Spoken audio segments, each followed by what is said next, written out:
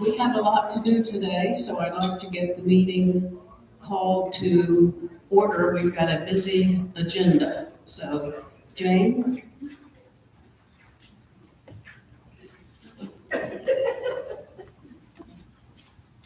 I know the pecking order.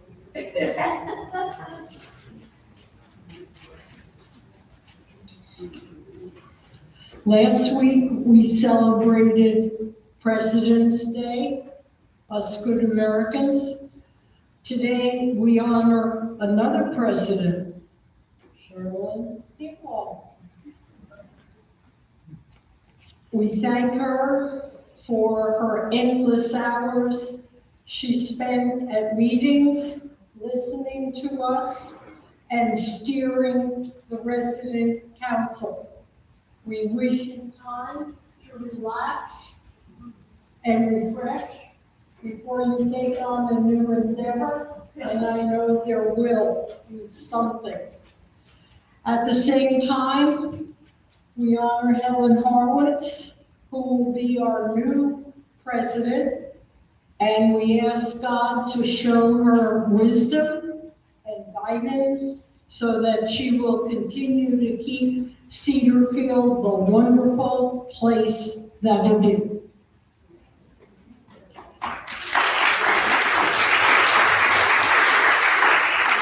Amy, would you give your report?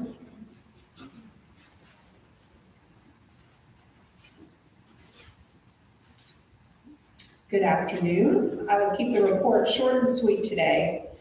First, occupancy. Our occupancy for independent living looks outstanding.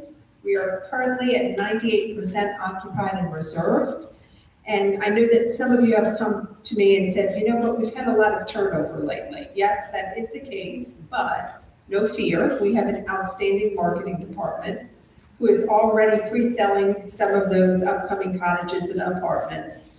And I feel confident that moving forward, we will continue to be at about 97 or 98%.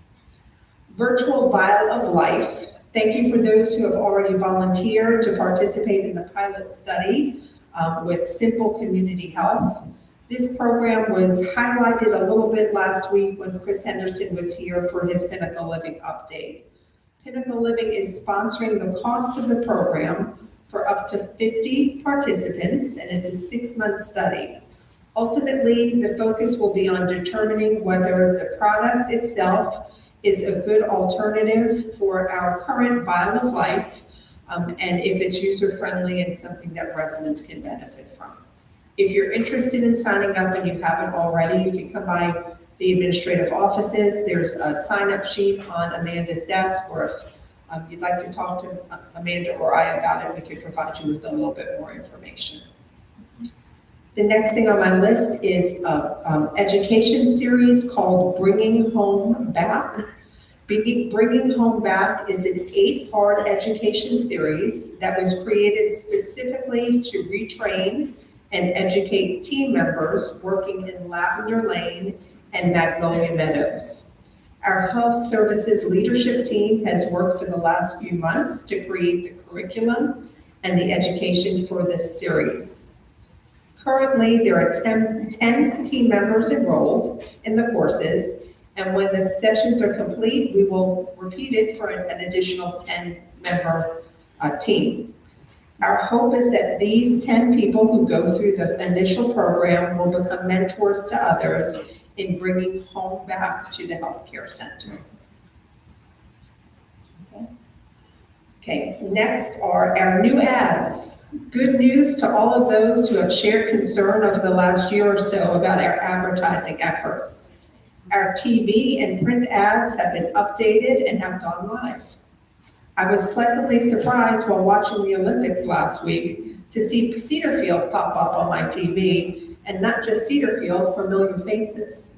So thank you all for your patience in the new campaign. Let me know what you think and keep your eyes and ears open for them.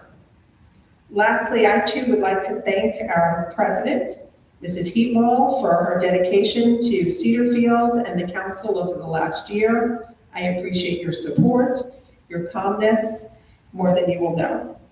I also appreciate the countless hours of our resident committee chairs, area reps, committee members who have dedicated their past year to Cedarfield. Cedarfield is an amazing place to live and work because of people like you. I look forward to the upcoming year. Thank you.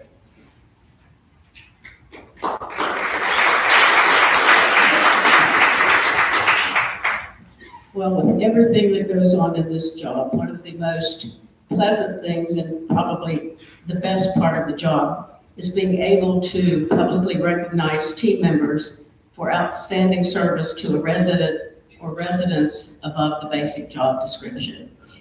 The Resident Council awards the Vision Award nomination once a year, and it represents, and I quote, "a culture in which age does not define the person," end of quote. This award is the most difficult for a team member to achieve. They must clearly support a resident in reaching his or her own personal goals and provide guidance and encouragement to the individual resident. The Executive Committee of the Residents Council reviews the nominees and selects the team member for the award. The award includes a certificate, a trophy, their name on the peak wall, and $500 in their paycheck. This year, there were 6 nominees, and it was an extremely difficult decision. Unfortunately, only one can be chosen. This year's recipient was nominated by both an individual and the residents of an area where he works. Comments included, "He always has a smile on his face. It's a joy to see him in the hallway. He takes extra precautions to ensure our safety when he is working. He cleans up the messes we make. It would be hard to find someone in this hallway whom he hasn't helped especially in some way." It is my distinct honor and privilege to present this award on behalf of the Residents Council to Jamar Steele of our housekeeping department.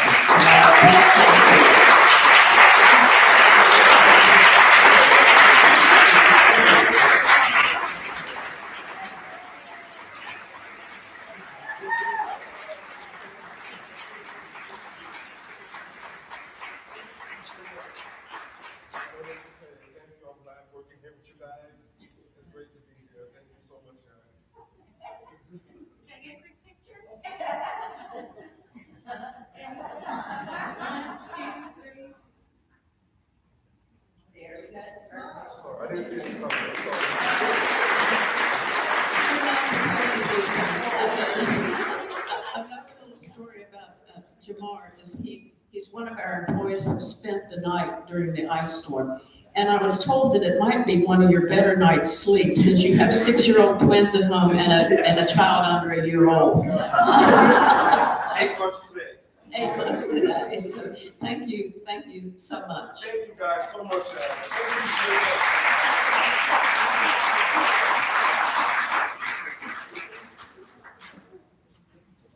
Okay, Cedar Chest report.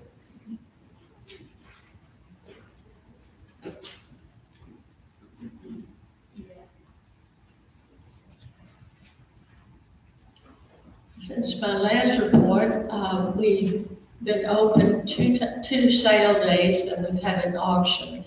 And we've taken in $3,092. So, thank you.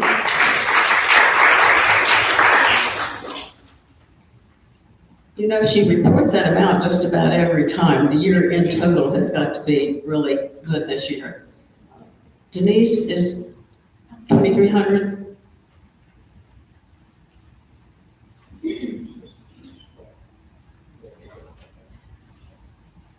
I know I say this every time I give a report for the shop at 2,300, but without all of you and all the team members who come and support our shop, we wouldn't be here. And we hope that we have become a wonderful convenience for all of you. And that is the main goal of the shop, is to be here for the residents and to provide grocery items, healthcare items, gift items, and please stop by because Carrie, our manager, Sharon McCrone, and I have been buying like crazy. And we're getting all kinds of new things. So I hope you will come by and take a look at them because some of them are pretty special. Thank you. And before Sally comes up for her VACRA report, we do have a quorum. We did count. There need to be 50 of you here, and I think we're over that. So we can do business.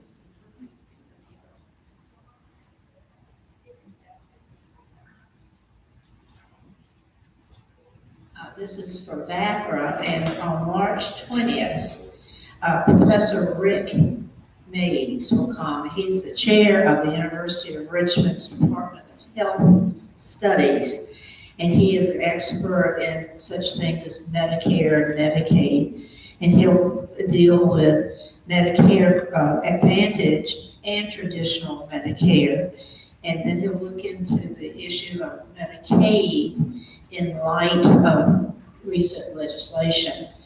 He'll connect the status of Medicare and Medicaid and the larger issues and concerns over consolidation and corporatization of the U.S. healthcare. So it will be a very vital lecture on the 20th of March concerning us directly and people that we love and care for. Thank you. Okay, the next thing we need to do is approve the January 28th minutes. Are there any additions or corrections to the minutes that were distributed?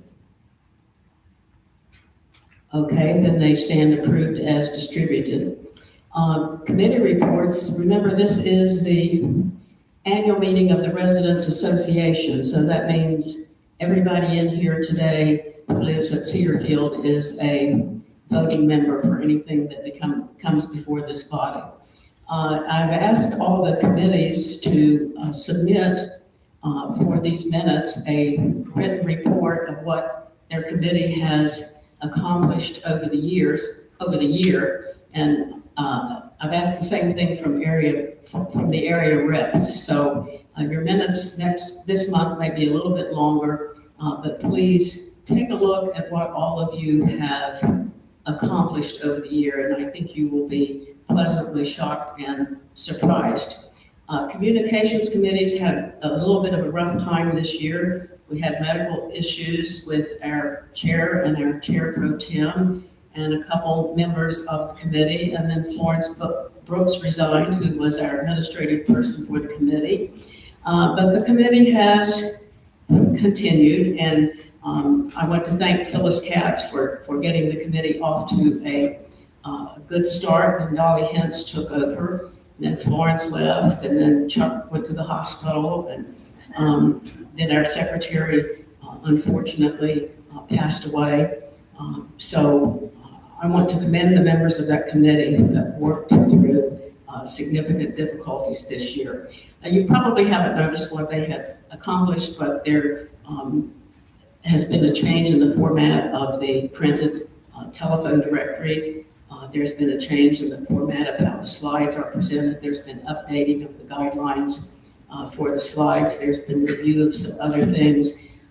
If there's anybody who would like to chair the committee, talk to Helen. She'll be happy to hear from you because we don't have a chair currently. But thank you to Kelly Black, who's taken over as the administrative person for the committee, and currently the committee is reviewing the resident handbook. So There is a written report for the Communications Committee that will go in the minutes. Is anybody here from Dining Services? Okay, would you like to tell us what's happening? I know we need an update on maybe styrofoam.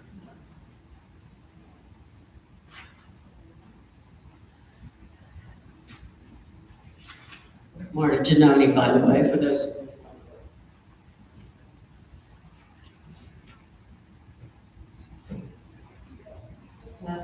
Sharon is right. They are reviewing the containers that go out because as of July of this year, styrofoam will no longer be legal in the state of Virginia. So we have a committee head of Pat Sullivan working with Henry from the dining room and looking into all of our options and the cost of them and how to make it work. So that's the big thing on the agenda because it's time sensitive. Other than that, they're looking into heating up the showcase and what our options are there. And I can't think of anything else. Thank you. Marta? Yes. Questions? Are we having to wait till July for this to take effect? Because I talked to Neil last summer and said, why don't we save $100,000 and propose something to him for that solution? And he said, oh, we have the committee, we gotta have this, we gotta have that.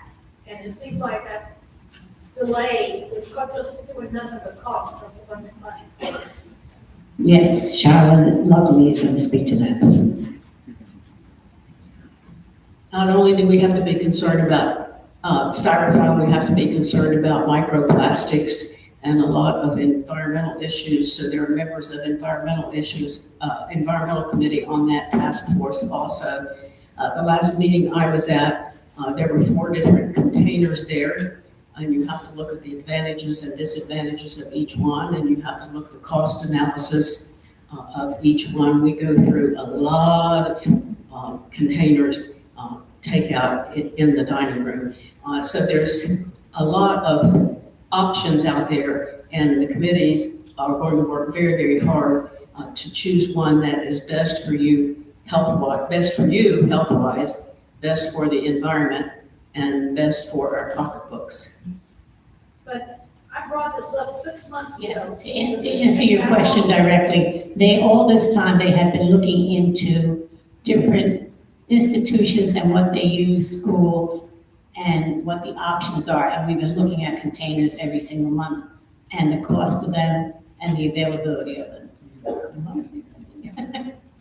The other thing I wanted to add is that our budget starts in June. We wanted to ensure that we had enough data to support which would be the best in terms of cost for us, as well as meet the needs of the number of residents that use the takeout program and that function. Think about it, it's not just up in the dining room, it's also takeout downstairs in the cafe. It's guests that take out food, it's team members who use disposables, it's not just the residents. Yes? We had a solution for takeout, the containers that we're using now. My recommendation to him was to give that a set to each person here with no charge, because it could be taken out of that $100,000. So there's lots of things that we're considering. The concern we have with the Go Green containers that we have right now are that some people cut their food up inside of them, which makes it a problem because there's toxins that are in those plastics. So we're researching which would be the best, the most durable, and one that would be sustainable through dishwashers that are commercial and a product that will work for us. Thank you. I can kind of guarantee you, as president of this association, whatever we do will have its advantages and disadvantages, and some of you will like it and some of you will not. So please trust your committees to do the work. They are always looking out for your best interest, as is Amy and administration, although I know sometimes you don't feel that way. Trust me, I go to a lot of meetings, and behind the scenes, a lot goes on to keep you safe, reasonable, and keep your costs down as much as possible. So this is going to play out. We may find that we choose something in July that we think is going to be wonderful, and after 3 or 4 months, we find out that it is not. So it's going to be ongoing trial and error until a solution comes up that is best for everybody as far as we can determine. So please be patient with that. Okay, Frank, you said you did not have a verbal report today, but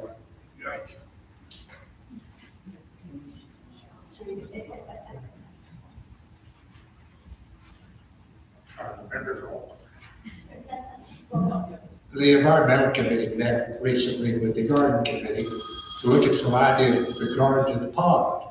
Been a lot of talk about that. We spent some money trying to improve the pond. One thing that is going to be done, last summer, there were 90-degree temperatures at night. And when you have that, it's not good for the health of the pond. So one of the things that's going to be added is a fountain has been bought and will be installed this summer to help aerate and to reduce some of the environmental disturbance the pond had from all of that heat. Secondly, the Cultivate coordinator, Katie, is developing a plan which you will have before spring for some planning in some of the areas that look a little bit worn out right now. And hopefully, we will, when Environmental Committee and Garden Committee approve those plannings, that we'll be able to get you to join in doing some of the planning. We're on a limited budget. We'd like to get it done. We'll probably do that both in the spring and in the fall. Lastly, we're considering some improvements. If anybody's trying to walk down the paved path to the overlook, there's a couple stumbling blocks in that, one of which is a step right at the deck. And we talked with Kelly about the possibility of getting that made a little smoother, so those of you that would like to go down and sit on the overlook will be able to do that. Anybody has any environmental or pictures of turtles or swans or whatever is down there? There is a showcase down there that one of our residents has kept up for years. And Vernon is probably not going to be doing that anymore, so if you have something that you think would be of interest in environmental nature, please put it in the showcase. What about the cleanup of branches and trees that have fallen and kind of been pushed aside but is not buried? In fact, they asked about the branches and the trees that had fallen. Some of that was removed last year when they cleaned out the silt collection area. We have not got a plan for that yet. We have not, but we will be discussing that because I think that job is not complete, obviously. Thank you. that's another issue that will be ongoing with a variety of times to have input into it. Facilities.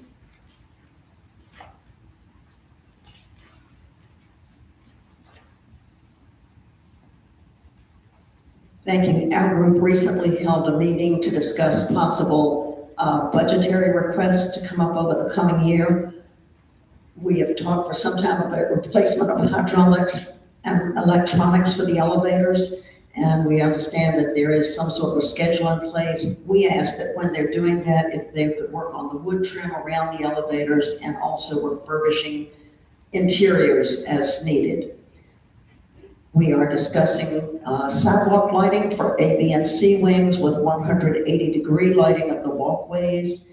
And we also asked administration to come up with a plan with somebody to identify lights that are out on campus at least weekly and put in work requests for that. We asked that the heat exchangers in the spa pool be replaced and then investigated why the heat exchangers keep going out and what do we do to fix it so we have a spa pool more than just occasionally. We asked for automatic door openers for the two restrooms that are closest to the fellowship hall because they're used by a number of people from assisted living and external people as well. We asked that the two guest rooms be fluffed up, bring them into a little bit better look. We asked that the construction site of the EPAS project off the A wing, once that's done, that gets redone, and then any areas outside the ABC wings that have been disturbed during the EPAS project, if they would re-landscape those. And we asked re-landscape, not just throwing a little grass seed on the ground. Signage, which has been under discussion since I moved here 5.5 years ago. We are hopeful that signage will become an actual completed project sometime this coming year. Recommending that cottages' heat pumps be serviced fully twice a year, that a consultant review pipes for pipes that are exposed, that are not in insulated, contained spaces, that they be looked at so we can see what will keep them from freezing up each year.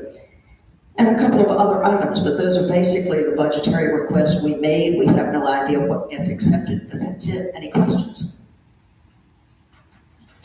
Ms. Rose?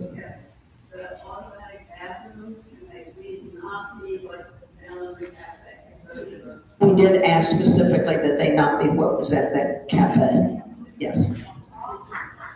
Oh, the question was, could we, in asking for automatic doors for these two restrooms, please not do the ones that were done for the Atrium Cafe?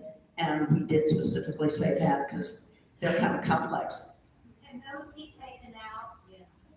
They're awful. I'll be glad to do another Vanna White demonstration of them. They were rather expensive, so to take them out would be bad, and we need to have automatic ones.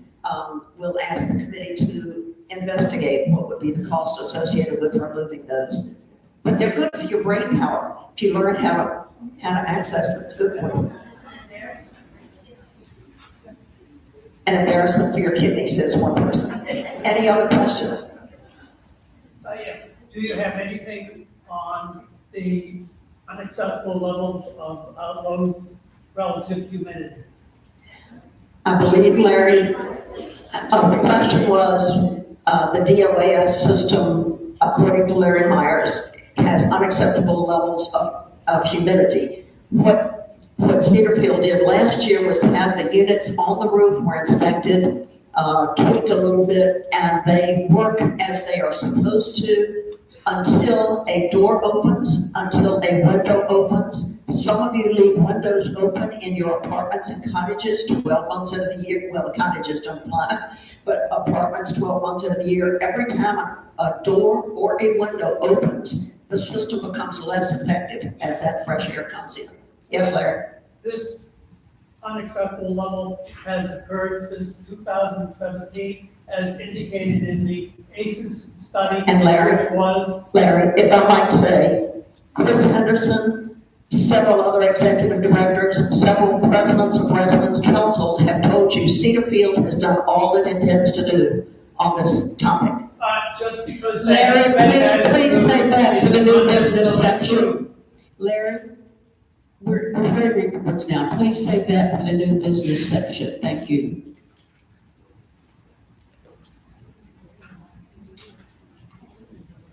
Okay, do we have any finance? Carol, that's you.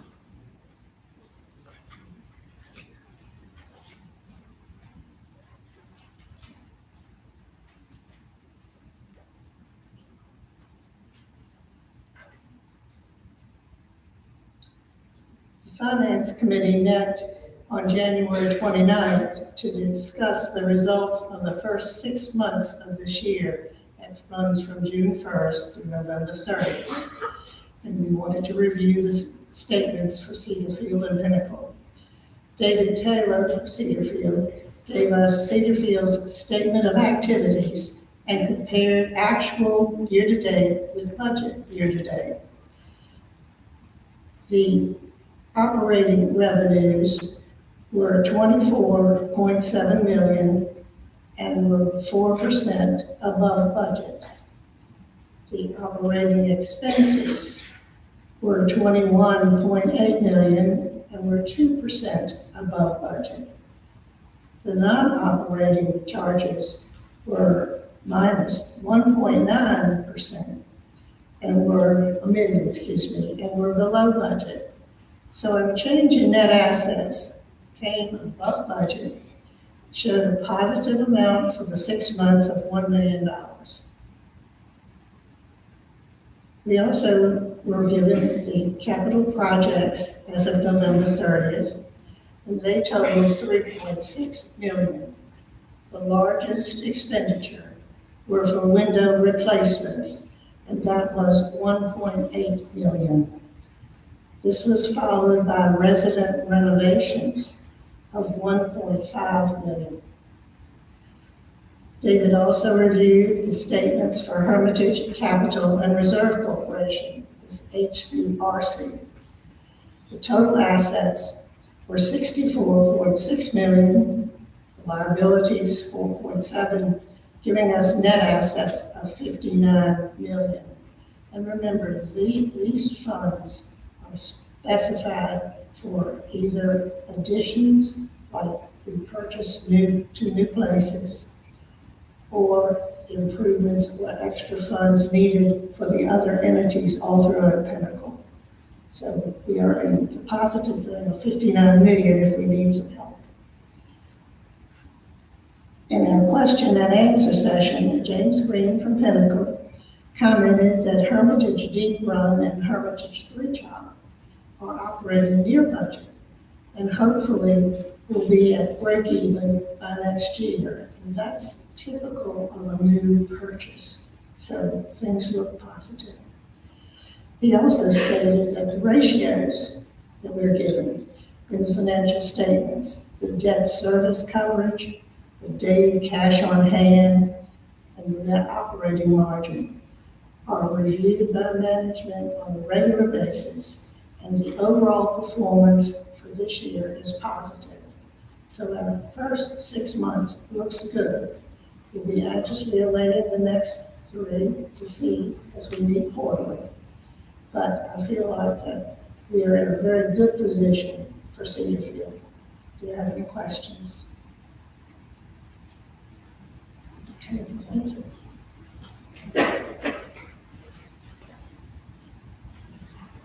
Louisa, do you want to come tell us about the Flower Guild?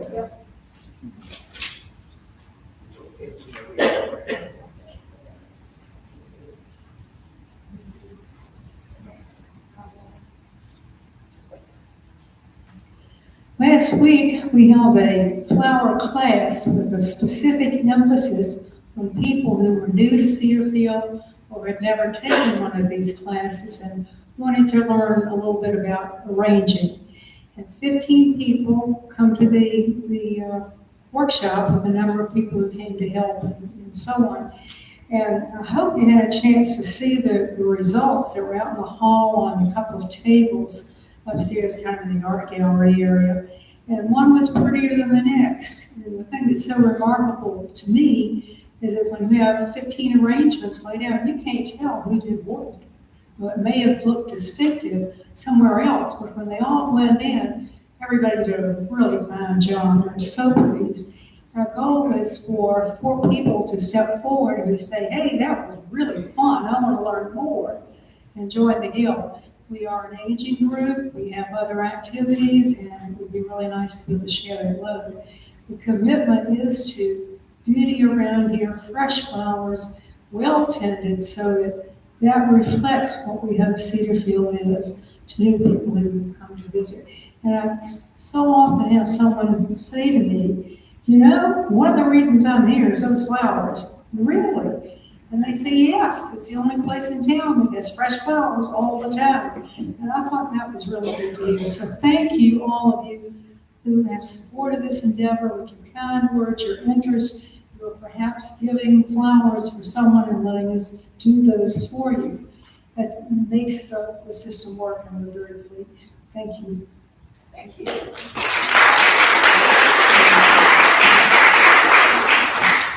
She is far too modest how many arrangements get done for Cedarfield Weekly? Well, right now, there are about 19. We were doing a dining room, which added another so many to it, and they are doing their own thing right now. So rather than it feel like less, we just do a little bit more. So multiply 19 a week times 52 weeks a year. And that's a lot of flower arranging. That's a full-time job. Thank you. But the other thing I'm so pleased about, if you're a flower person, you treat these as your children, dogs and cats almost. And you want to use them well. So we are constantly putting out little arrangements of our flowers that are gently storing in condition and come back. And hopefully you'll stop by and pick them up. If you last 3 to 5 days, how much fun is that? And we have the pleasure of seeing you enjoy them. So let me know. Okay, gardening committee, I know that Roger submitted a written report for those of you on the council, and it should appear in the minutes of this meeting. For those of you who may not be aware of everything the gardening committee does, think about garden angels who are keeping gardens weed-free and plants watered around the campus.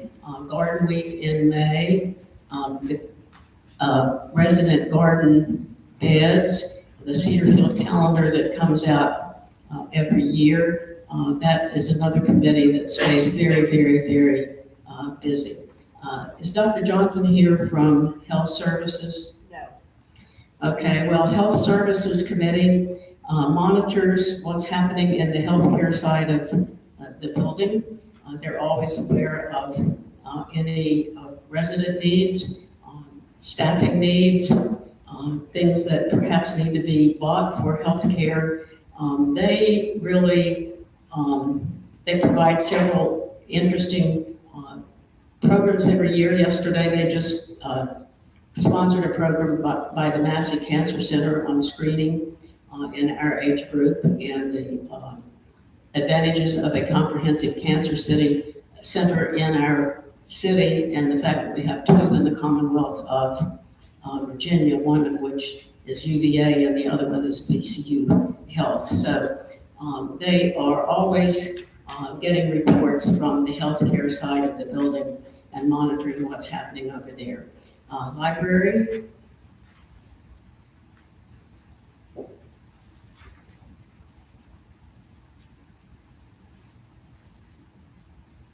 Coming up on April the 13th is a special program that the library is sponsoring, and it's Dr. Nelson Langford. I referenced this last month to give you advance word so you could get a copy of the book and read it in time. This will deal with the name of the book is After the Fire. So this deals with Richmond after the end of the Civil War. And he will be here on the 13th, and we do have one library copy, and I have a feeling that we'll get more as people donate them. And then you may have noticed on 947, there's a description of a nonfiction book, and that's our new effort to every week describe one of the new nonfictions that has been purchased because of the soup chest money, and because they're so strong that we just need to tell you, we just bought these things, but they might go unnoticed unless we tout it. And that's on 947. And something we've never done before, or before my knowledge, is have a storyteller or storytellers come here. And we will have a storyteller, I'll keep on saying this, storytellers pair, come March 19th at 10:30 in the Fellowship Hall. And they're not your grandmother's storytellers. They're gonna, like one of the topics, and we're seeing if this would be appropriate for us, it might be a little bit too sexy, but it's about speed dating. And I think we need a good laugh about speed dating. And I think Meredith Goldstein, from finding these people, that was one of her projects on the library committee. They have a show that's called seasons of love, and they go into complex emotions, but also the connection between relationships. But I think humor is their middle name too. So keep that on the agenda, because it ain't your grandmother's storytelling. Jane, do you have anything to report for religious life? The only thing I would say is that the spring season brings celebrations. We had our first Lenten luncheon for our Christian residents today, and we have a Seder scheduled. Read your informer, you can find out about both of those and still sign up. I always talk about the Angel Fund, anybody with loose change. We meet the needs of the team members who have experienced hardships, monetary hardships. We've been meeting almost once a week. There's a lot of hardship out there. We thank you.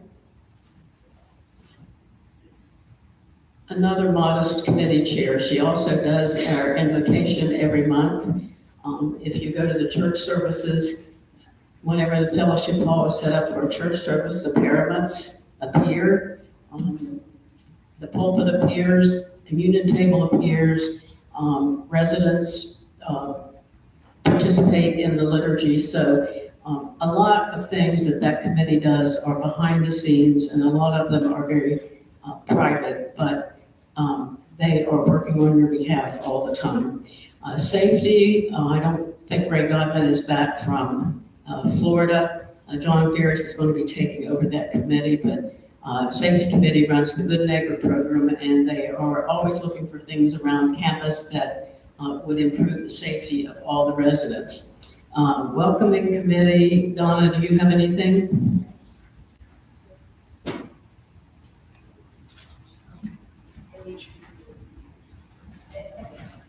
And Rob. It's a positive. I'm gonna let Robbie talk. Yes. Okay.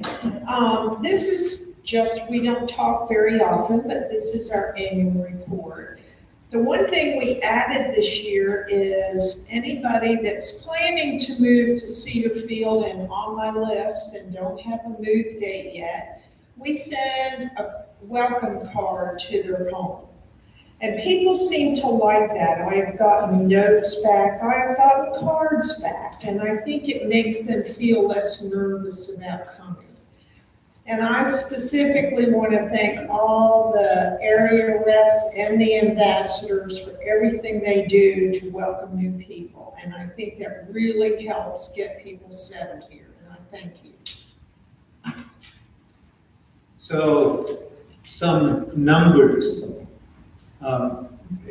From March 25 to February 26, the Welcome Committee visited 50 households for a total of 67 residents. That's a lot considering the population of this residents in this community. There were 41 apartments and 9 cottages that turned over. This year, there were 2 resident dinners that were sponsored by marketing, and we had 53 new residents attend.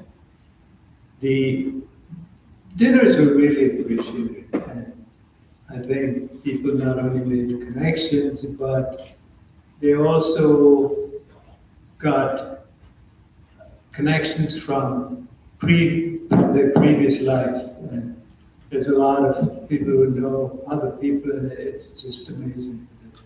It's a small place. So that's it.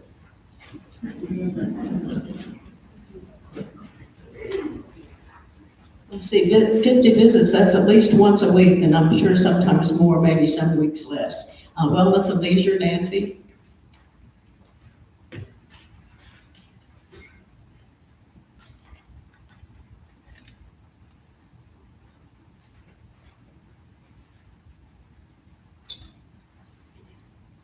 Since this is the end of the resident council year, I would like to take this opportunity to thank my committee members. I think that you hear the chairs stand up here and give reports, but you don't always see who helps behind the scenes to get all the work done.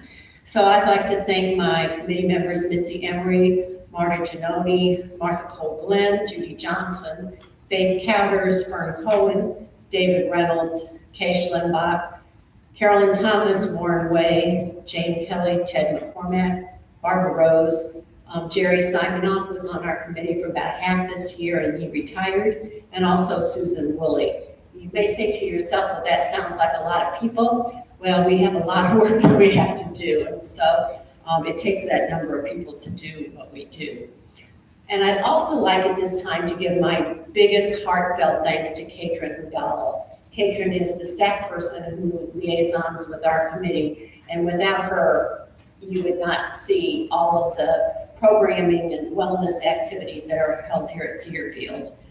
And in addition, there are some other staff people who liaison to our committee every month, and that is Meredith Eckel, who's our volunteer coordinator, Carol Thompson from fitness, and then Sarah Ferguson from the Creative Arts Studio. Without them two, our committee could not do what we do. And I'd like to just take a minute to highlight a couple of things that we did this year that was sort of new and different. One of the things that has become very popular, and we are so glad that we were able to start doing this, is that we began offering overnight and day trips through a company called Signet Tours. All of the residents who have participated in any of these outings have nothing but fine things to say about this company and the good times that they have on their trips. One thing we did this year is we explored electronic activity registration, but that is currently on hold. The company that we were working with didn't really work out, and so we're still looking at that as a possibility. We offered a therapy dog training course, which is still ongoing. So hopefully when all the puppies and little four-legged creatures finish that program, we'll have some more visitors over in healthcare. And we also developed a resident visiting program in Morning Glory. You'll hear more about this next month in my report. Based on some recommendations, we are developing an orientation program for residents who want to participate in that. So more on that will be forthcoming. And thank you all for from me for the opportunity that I had to chair this committee for the last 2 years. I'm actually going to continue on for a third year. Needless to say, it's not easy to find somebody who wants to do this job, but I have found a chair-elect. We have decided that we are going to do that in our committee because there's so much to learn in the process of running this committee. So we are now having a chair-elect position. And I would like to thank my friend and neighbor, Carolyn Thomas, who has agreed to be the chair-elect next year. So we will work together on that, and then she will be the chair of the committee the year after that. Thank you very much. Any questions? Okay, thank you. Do we have any area reps who want to give a verbal report? I asked all the area reps this year to give me an annual report, and they were like, huh, what? And so they started writing them, and I looked and I'm like, this is a very modest group of people. Because when I looked at what you sent me, you said, well, we had 5 dinners and we sent birthday cards and we welcomed new people, and we were sad about people who moved to healthcare or whatever.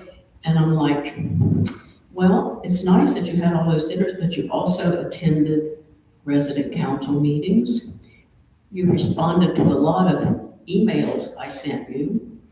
You sent me information back that we used in decision-making. And a couple of you, I wrote back to you and I said, can I put in your report that you attended the meetings and you did a few other things? So for those of you who are continuing and those of you who are new next year, please give yourself credit for everything you do to keep Cedarfield running. I looked up when you're supposed to do a president's report. It was supposed to be early in the meeting, and I elected not to do that. but do want to say it has actually been a busy and productive year for your Residents Council. It's been an honor and a privilege being your president, and I thank you for your confidence in my abilities to serve. I'm the face you see in front of you each month, but behind the scenes are the persons who make this organization successful. And I owe a big measure of gratitude to Marty Rittenhouse, who has been an extraordinary secretary, and to Suzanne Fountain, your incoming secretary, for her wise advice and her absolutely great proofreading skills. Thanks and gratitude also go to Frank Miller and Helen Horowitz for their many contributions. To the committee chairs whose committees do so much work for this organization, and to each of the area reps who are the communication pipeline for your concerns and who plan activities, attend meetings, distribute the minutes, keep everyone informed and engaged in the life of the community. And to each one of you sitting in this room who volunteer in so many ways to enhance all our lives. Amy Chapman is an outstanding leader of this community and has made herself available to me and to our committees for advice, input, and support, as has Kelly Black, our Associate Executive Director. So thank you, Amy and Kelly. To the department directors who attend meetings, answer questions, follow through on many of our concerns and suggestions, thank you. The whole community, both residents and team members, is to be commended for the patience, dedication, and fortitude displayed during two major events that had not previously occurred here, a major power outage and a major snowstorm. Thanks to everyone for pulling together in the same direction. Resident support for each other is also to be commended during times of personal and community crisis. No one ever must struggle alone at Cedarfield. Your caring, I get teary when I say this, your caring for and about each other is deeply ingrained in this community. Certainly highlights of the job are seeing efforts our residents make to ensure our team members are well supported. The scholarship awards, the Angel Fund, the Vision Award come to mind. We had a highly successful resident holiday gift campaign for team members and a lively team member holiday party hosted by you. We approved a permanent name tag style for residents and established a procedure for expenditures for the resident council stipend in the business office. We updated the residents council handbook. Many of you have expressed concerns about the amount of paper used at Cedarfield. We have streamlined the resident council meeting minutes by including only those reports that are submitted in writing or presented orally at our meetings. That is, those that are part of the business being conducted. Committee minutes are now housed in the library for those who are interested in reading them, and to make it easier to find the history of any committee as documented in its minutes. This has decreased our carbon footprint by about 12 to 15 typed pages per set of minutes. We have received some positive feedback on that initiative. I had what I thought was a great idea for a fact sheet for the resident handbook, and I called it Clues You Can Use. It's not been completed because I was referring to page numbers in the handbook, and then I'm like, oh, I don't know what that means. And then somebody else asked me, what does that mean? And I said, well, I'm not sure. So thanks to Kelly Black and the Communications Committee, the handbook is currently being reviewed and updated. Many of you have asked me if I'm counting the days till the end of my term. As of today, the answer is no.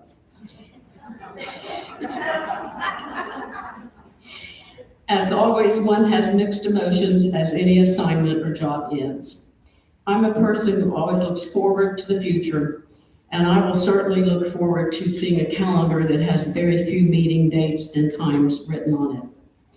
As for my feelings, perhaps Ralph Waldo Emerson has expressed it best. He said, "Write it on your heart that every day is the best day of the year. He is rich who owns the day, and no one owns the day who allows it to be invaded with fret and anxiety. Finish every day and be done with it. You have done what you could. Some blunders and absurdities, no doubt, crept in. Forget them as soon as you can. Tomorrow is a new day. Begin it well and serenely, with too high a spirit to be cumbered with your old nonsense. This new day is too dear, with its hopes and invitations, to waste a moment on yesterdays. So thank you so much.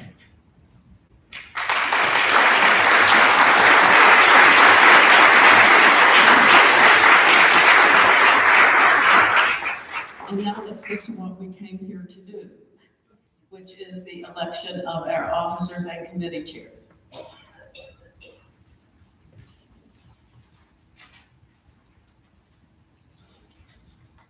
Committee chairs are appointed by the president and must be approved by the council. If you are a committee chair, we have 2 new ones and we have 11 that are continuing to serve, or 10 that are continuing to serve. Communication does not have a chair as of yet. Dining, Jim Farrenhold is continuing. Environmental, Frank Miller is continuing. Gardening, Roger Dowdy is continuing. Health Services, Dr. Mary Ann Johnson is continuing. Library, Sally Wood is continuing. Safety, John Ferris is new. John, would you please stand up so we can see you? Welcome, Virginia Hickey is new. Virginia, would you please stand up so we can see you? And she's going to be assisted by Robert Ortiz. And Wellness and Leisure, Nancy Springman is continuing. I would like to put, and Ann Williams in Facilities. It's back up here. I changed my glasses. Ann is continuing. Let's not screw it up and have to do this again next month. Carol Marco. My gosh, I go down the list and, okay. Is there anybody else? Man, I must be teared up and I can't see through my specs here. Okay, so communications, none. Dining, Jim Farrenhold. Environmental, Frank Miller. Facilities, Ann Williams. Finance, Carol Marco. Flower Guild, Louisa Rucker. Gardening, Roger Dowdy. Health Services, Dr. Mary Ann Johnson. Library, Sally Wood. Religious Life, Jane Kelly. Safety, John Ferris. Welcome, Virginia Hickey, assisted by Robert Ortiz. And Wellness and Leisure, Nancy Springman. Dr. It's not a resident council, scholarship is not a resident council. Did I say scholarship? No, she did. Oh, okay. All right, now that I've gotten that straight, I hope. Is there any, I would like to put these names in nomination for approval by this body, and everybody in this room who's a resident of Cedarfield is entitled to vote, so if you are approved as committee chairs, please signify by saying aye. Aye. Any approval, disapproval, say aye or nay. Okay, the voice vote carries it. Okay, Secretary-elect is George, Frank. Frank has to give me my nominations.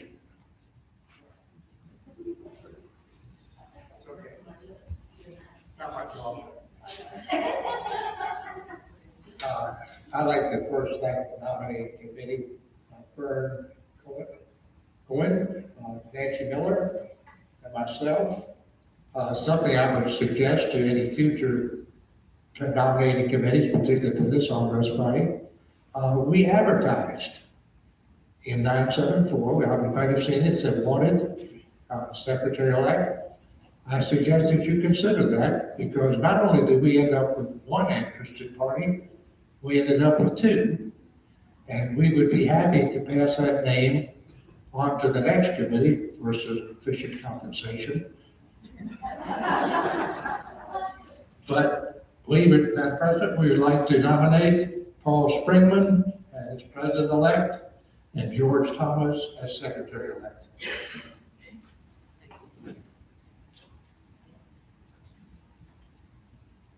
Are there any nominations from the floor?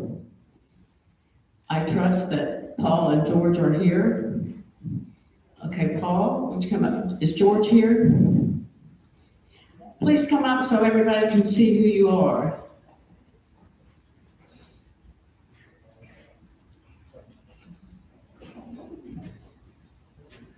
This way you can trust the vote. You can see what these folks do in spite of my poor leadership over today.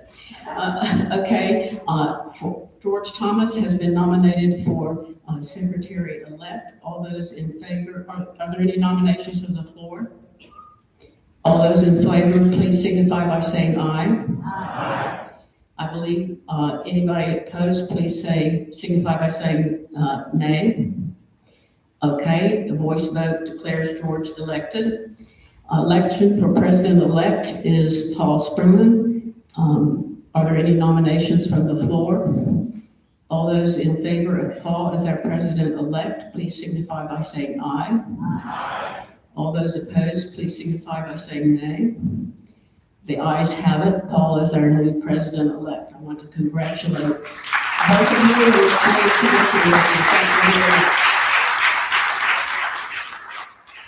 Is there any other business to come before this meeting? Yes. As representative for Area 9, which includes Lawrence Meyer. Come up front, come up front.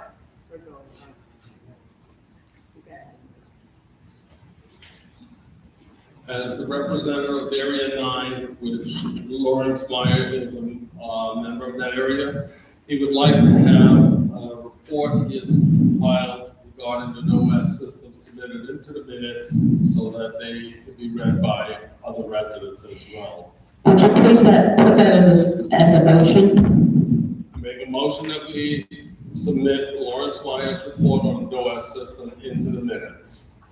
Is there a second for that motion? Okay, all of the discussion. What is the report? It is just his report on the condition of the NOAD system.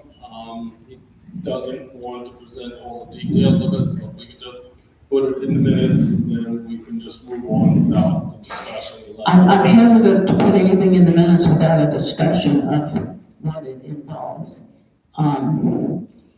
So the motion is just put that in the minutes, okay? Then we will,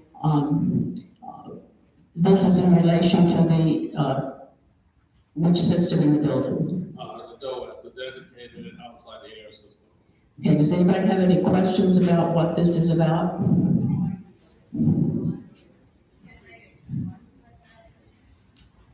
Okay, we have a motion on the floor. All those in favor of the motion, please signify by saying aye. Aye. May I see a show of hands? All those opposed to the motion, please signify with a show of hands. Okay, we're going to have to do a count. Helen, would you and the secretary assist with the count? Madam Chair. Yes.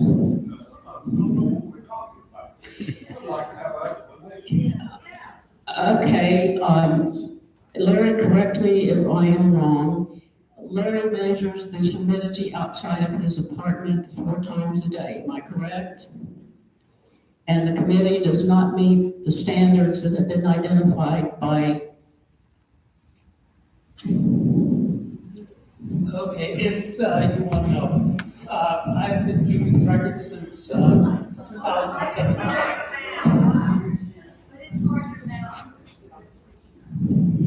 Yes? Okay, now you're here. Okay, the relative humidity, for example, this is starting 2018, 4 readings a day. The average humidity being less than 30% is 36.7%. Being less than 25%, which is the average humidity of the Sahara Desert, is approximately 10.56%. The Environmental Protection Agency indicates the recommended humidity be somewhere between 30 to 50%. The optical, I can't even say it now, indoor relative humidity for adverse health effects should be somewhere between 40 to 60%. For the airways, the relative humidity should be about 40%, or about 7 to 8 grams per meter cube of water vapor. You all have probably, sorry.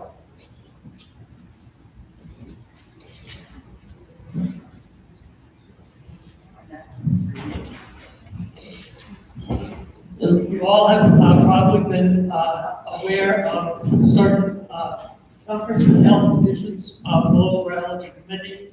One is being shocked all the time. I'm going to turn on the switch and you get shocked. Larry, Sorry. but may I summarize this? Yes, we do have low relative humidity problems for both health and comfort, and I could add all of the, and that's it. Okay, let me correct it. You've been taking these measurements since 2018? 2017 with a. And you're taking them in outside one apartment and a building the size of several football fields that is larger than the palace at Versailles. Could you tell me the statistical significance of those readings? The statistical is that we do have a problem with the basically stack effect in area 9 and the 2 areas above us. This started long ago with basically the ACES study, which they indicated on the first and second floor, there were relative humidities below 35% that they indicated were not basically satisfactory. May I ask what you are recommending we do with this information? The recommended is that basically the information be included so residents know what's happening. And basically, if we take a look at what is happening in nursing, if it is not written, it has not happened. If you do not basically put forth the information relative to the unacceptable levels of relative humidity as far as okay, Larry, Pinnacle Living is concerned, it never happened. So it has never happened. let me ask a question. I have been assured by 3 maintenance directors at Cedarfield that our system is operating as designed. You have taken readings, correct me if I'm wrong, outside of one apartment and are extrapolating it to the whole area. I find that, well, I'm going to comment on that, but you have brought this up at every meeting since 2017. That same letter has been in minutes before. I don't see, we could put the letter in the minutes if that's what these people want to do, but I'm asking, what are we trying to accomplish overall? Are we trying to get the system replaced? To make people aware of what is happening. Okay, well, this could be assigned to a committee, but we have a motion on the floor. So for those of you who want this in the minutes, please signify by raising your hand. They already did that. They already voted on that before everybody left. But we didn't count. I called for a count and people got up and left and we didn't get a count. So I want to get an actual vote and a count. So all those who are in favor of putting this letter in the minutes, please raise your hand. And with the secretary and the new president, please take the count. So all of those who are in favor of putting this in the minutes, please raise your hand. Get your hands up so we can find. One hand, please, Ted.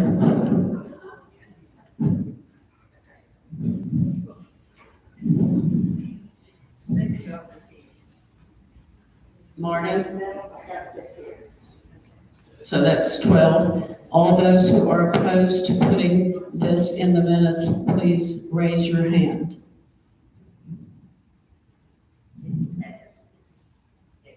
How many did you get? Count, please. I want to count.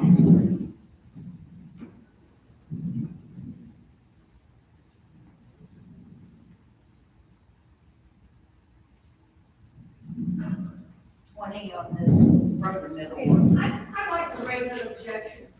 Before a whole bunch of people left here, that question was asked. How many wanted it in the minutes, and how many? But I asked for a count, and that count was not taken. Well, I don't think it's fair when a bunch of people left. Now- We still have a quorum, so we can conduct the business. So the motion fails.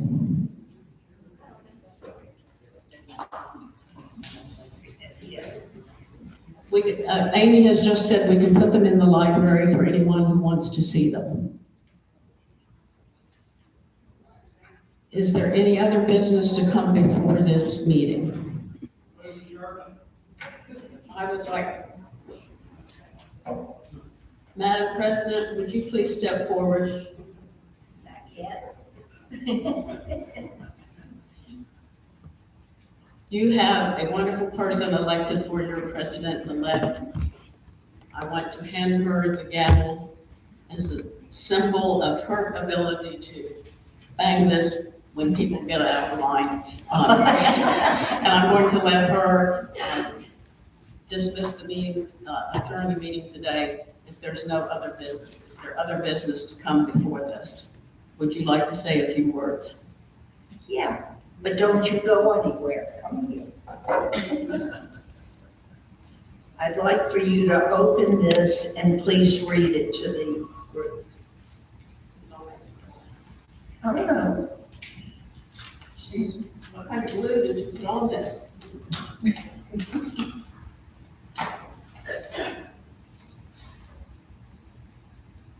The Flower Guild. Dear Sherilyn, can you believe a year has passed already? You have done an excellent job of serving as resident council president, and you leave a settled constituency. The flowers in both the town center and on the promenade sideboard are given in your honor. Joyfully, Louisa for the Flower Guild. Thank you.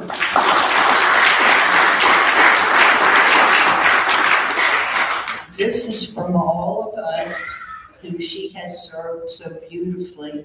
And a gentleman we know over in the corner let us know that red is her favorite color and rose is her favorite flower. So you might see something like that, but please enjoy and thank her.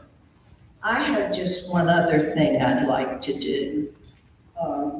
Some of them have left, I think, but would every past president of the council please stand? I'd like for you to see both new and old people to see who has led us to where we are. We're all. So am I. And I want to thank